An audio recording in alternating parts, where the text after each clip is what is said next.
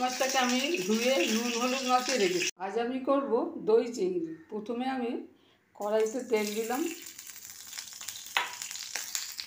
3টে মাঝারি সাইজের পেঁয়াজ নিয়েছি, 1/2 চামচ আদা রসুন বাটা নিয়েছি, গুঁড়ো লঙ্কা নিয়েছি 1 চামচ, জিরে গুঁড়ো নিয়েছি 1 চামচ, আর অল্প হলুদ দিয়েছি। এটা গরম হয়ে গেছে, মাছটাকে আমি ধুয়ে নুন হলুদ মাখিয়ে রেখেছিলাম, এবার ভেজে নিচ্ছি। মাঝারি সাইজের চিংড়ি মাছ,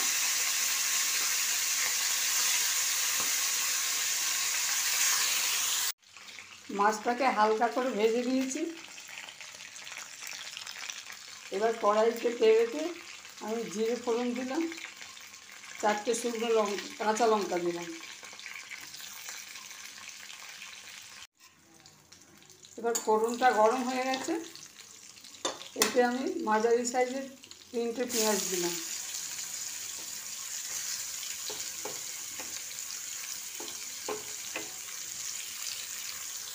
এবার পেঁয়াজটাকে আমি খুব ভালোভাবে ভেজে নেব। পেঁয়াজটা লাল হয়ে গেছে, এবার এতে আমি আস্তে আস্তে 1/2 চামচ আদা রসুন বাটা দিলাম।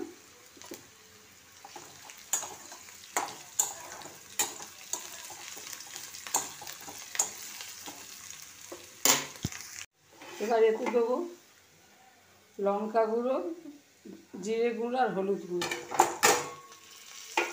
1 চামচ লঙ্কা গুঁড়ো নিয়েছি, 1/2 চামচ ধনে গুঁড়ো নিয়েছি, 1 চামচ লঙ্কা গুঁড়ো নিয়েছি, 1 চামচ জিরে গুঁড়ো নিয়েছি, 1/2 চামচ হলুদ নিয়েছি।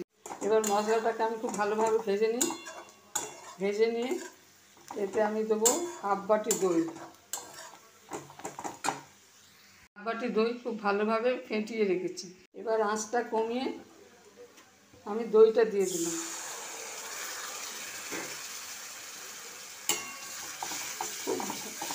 খুব ভালোভাবে আমি খালি নাড়তে থাকবো, তাহলে দইটা ফাটবে না।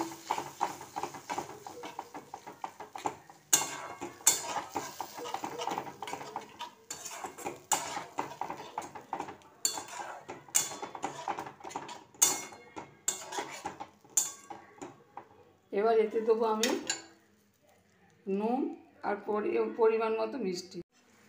এটা টক দই, সেই জন্য আমি একটুখানি চিনি দিলাম। এবার চিনি আপনারা নাও দিতে পারেন, ঝালও চাই, ঝাল আপনারা নিজেদের ইচ্ছা মতো দেবেন। এবার এতে আমি ফুটছে, এবার মাছটা দিয়ে দিলাম।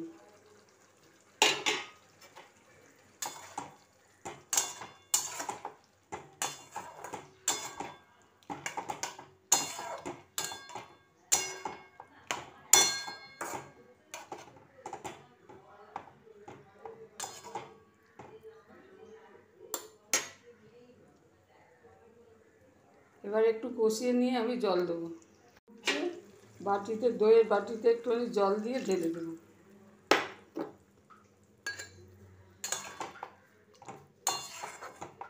এবার এটাকে আমি চাপা দিয়ে 5 মিনিট রাখবো। হয়ে গেছে আমার দই চিংড়ি রেডি।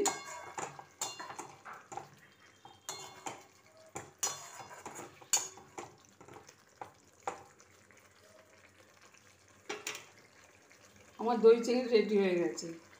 যদি এই রেসিপি আপনাদের ভালো লাগে, শেয়ার করবেন, সাবস্ক্রাইব করবেন। আমার দই চিংড়ি রেডি হয়ে গেছে। যদি এই রেসিপি ভালো লাগে, সাবস্ক্রাইব করবেন, শেয়ার করবেন, অবশ্যই কমেন্ট করে জানাবেন।